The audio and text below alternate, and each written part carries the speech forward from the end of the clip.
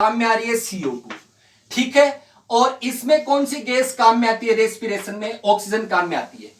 ये फोटोसिंथेसिस में कौन सी गैस रिलीज होती है? O2 रिलीज होती है। तो कंपेंसेशन पॉइंट, लाइट का कंपेंसेशन पॉइंट है, उस पर फोटोसिंथेसिस की रेट और रेट ऑफ रेस्पिरेशन दोनों इक्वल हैं। मतलब जितनी CO2 ये काम में लेगा वो CO2 कौन रिलीज करेगा? रेस्पिरेशन में CO2 रिलीज कर, तो रेस्पिरेशन में जो CO2 रिलीज हो रही है वो कौन प्लांट यूज कर लेगा? प्लांट की खुद की बात है। मतलब एक प्लांट में फोटोसिंथेसिस भी हो रहा है, प्लांट में रेस्पिरेशन भी होगा। ऐसी बात नहीं प्लांट फोटोसिंथेसिस करता रहेगा रेस्पिरेशन नहीं करेगा, क्या उसको एनर्जी की जरूरत नहीं होती है उसको, तो रेस्पिरेशन तो करेगा ही हो। तो लाइट की वो इंटेंसिटी जिसमें उसी प्लांट में फोटोसिंथेसिस की रेट और रेस्पिरेशन की रेट दोनों क्या हो? इक्वल हो, तो उसको अपन बोलेंगे लाइट कंपेंसेशन पॉइंट। तो रेस्पिरेशन में कौन सी गैस रिलीज हो रही है? CO2। इस CO2 को किसने ले लिया? फोटोसिंथेटिक पिगमेंट्स से क्या बन जाएगी? ग्लूकोज। और इसने कौन सी गैस रिलीज की? O2। ये O2 किस काम में आ गई? रेस्पिरेशन में। तो क्या प्लांट है उसने खुद का काम खुद ने कंप्लीट कर लिया, मतलब CO2 भी प्लांट में बन रही है, उस CO2 को प्लांट ने खुद ने यूज कर लिया, और प्लांट O2 भी रिलीज कर रहा है, वो O2 प्लांट ने खुद ने रेस्पिरेशन में यूज कर ली। एनवायरमेंट से इसको कोई लेना देना ही नहीं है इस कंपेंसेशन पॉइंट पर। तो कंपेंसेशन पॉइंट पर प्लांट है वो एनवायरमेंट से गैस एक्सचेंज नहीं करेगा। क्लियर? चलो ये तो बात होगी लाइट की। सेकंड अपन बात करते हैं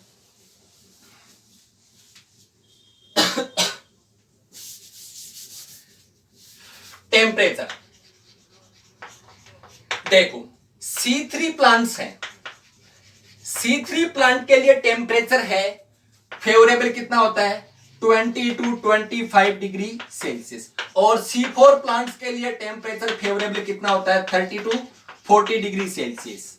अगर टेम्परेचर इससे ज्यादा हो तो रेट ऑफ फोटोसिंथेसिस एक बार तो इंक्रीज होगी, लेकिन उसके बाद डिक्रीज हो जाएगी, क्योंकि हायर टेम्परेचर है उस पर फोटोसिंथेसिस में पार्टिसिपेट करने वाले जो एंजाइम्स होते हैं ना वो डीनेचुरेट हो जाते हैं, क्योंकि एंजाइम्स है वो प्रोटीनस नेचर के होते हैं, और प्रोटीन है वो हायर टेम्परेचर पर डीनेचुरेट हो जाती है। कोई दिक्कत? Next carbon dioxide, CO2। Environment में कार्बन डाइऑक्साइड की अमाउंट कितनी होती है? 0.03% होती है। अगर इस कार्बन डाइऑक्साइड के अमाउंट को मैं कितना इंक्रीज कर दूं? 0.05% तक इंक्रीज कर दूं, तो रेट ऑफ फोटोसिंथेसिस क्या होगी?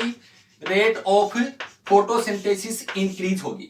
लेकिन अगर इससे ज्यादा अमाउंट कार्बन डाइऑक्साइड की हो जाए तो रेट ऑफ फोटोसिंथेसिस क्या हो जाएगी? डिक्रीज हो जाएगी, क्योंकि अलग अलग जो प्लांट्स हैं उनके लिए कार्बन डाइऑक्साइड है उसकी जो उसके लिए सेंसिटिविटी होती है वो अलग अलग होती है अलग अलग प्लांट्स के लिए।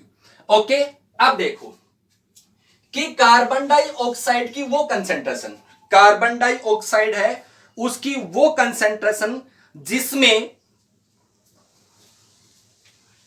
फोटोसिंथेसिस के काम आने वाली CO2, फोटोसिंथेसिस में काम में आने वाली CO2, ओके, और रेस्पिरेशन में रिलीज होने वाली CO2, यानी कि कार्बन डाइऑक्साइड की वो कंसेंट्रेशन जिसमें फोटोसिंथेसिस के काम आने वाली CO2 और रेस्पिरेशन, मतलब प्लांट रेस्पिरेशन कर रहा है, उस रेस्पिरेशन में रिलीज होने वाली CO2 की अमाउंट क्या हो?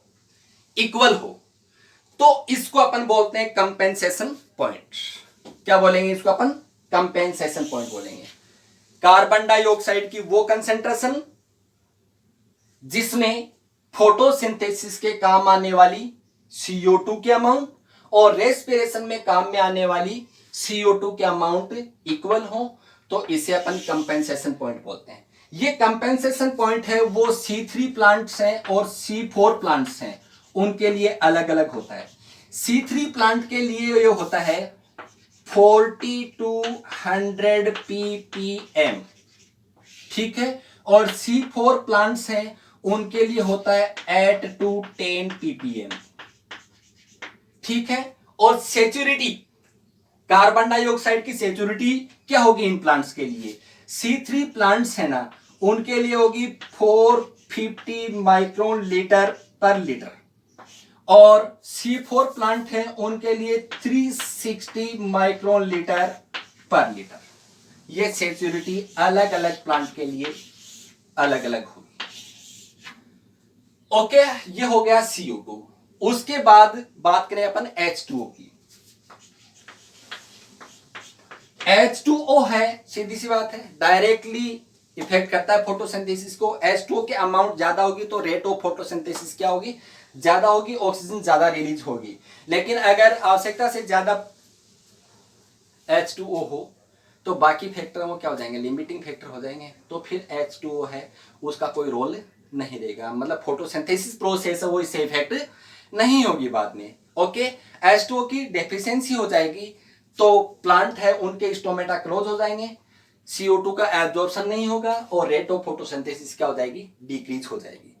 ओके, अब देखो इनहिबिटर्स।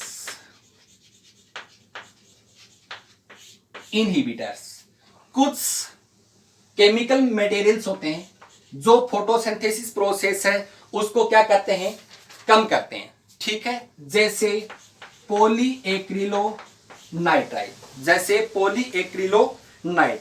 जैसे ब्रोमोसिल, ठीक है। ये क्या काम करते हैं? डाइक्वेट होता है, डाइक्वेट, ये फोटोसिंथेसिस की रेट है उसको कम करते हैं। क्यों? क्योंकि ये जो लाइट रिएक्शन है उसमें इलेक्ट्रॉन कैरियर होते हैं ना, थियोफाइटिन है, यूबिक्विनोन है, प्लास्टोक्विनोन है, साइटोक्रोम B6 है, साइटोक्रोम F है, उनमें इलेक्ट्रॉन ट्रांसफर को रोकते हैं, इलेक्ट्रॉन ट्रांसफर को रोकेंगे तो रेट ऑफ फोटोसिंथेसिस क्या हो जाएगी? कम हो जाएगी। क्योंकि लाइट रिएक्शन नहीं होगी तो NADPH2 और ATP का प्रोडक्शन नहीं होगा, वो नहीं होगा तो डार्क रिएक्शन नहीं होगी। ओके स्टूडेंट्स, अपन का चैप्टर कंप्लीट हो गया है। अब इस चैप्टर से रिलेटेड अपन क्वेश्चंस रखेंगे नेक्स्ट क्लास में, उनको सोल्व करते हैं। अगर आपके पास कोई क्वेश्चंस हो तो वो क्वेश्चंस आप कमेंट में डाल दीजिएगा, मैं सोल्व कर दूंगा। कुछ स्टूडेंट्स की कंप्लेन थी कि सर बोर्ड है उस पर क्लियर नहीं दिख रहा, शायद आज ये कंप्लेन दूर हो गई होगी, नहीं हो तो फिर बताना, मैं फिर और ट्राई करूंगा। ओके।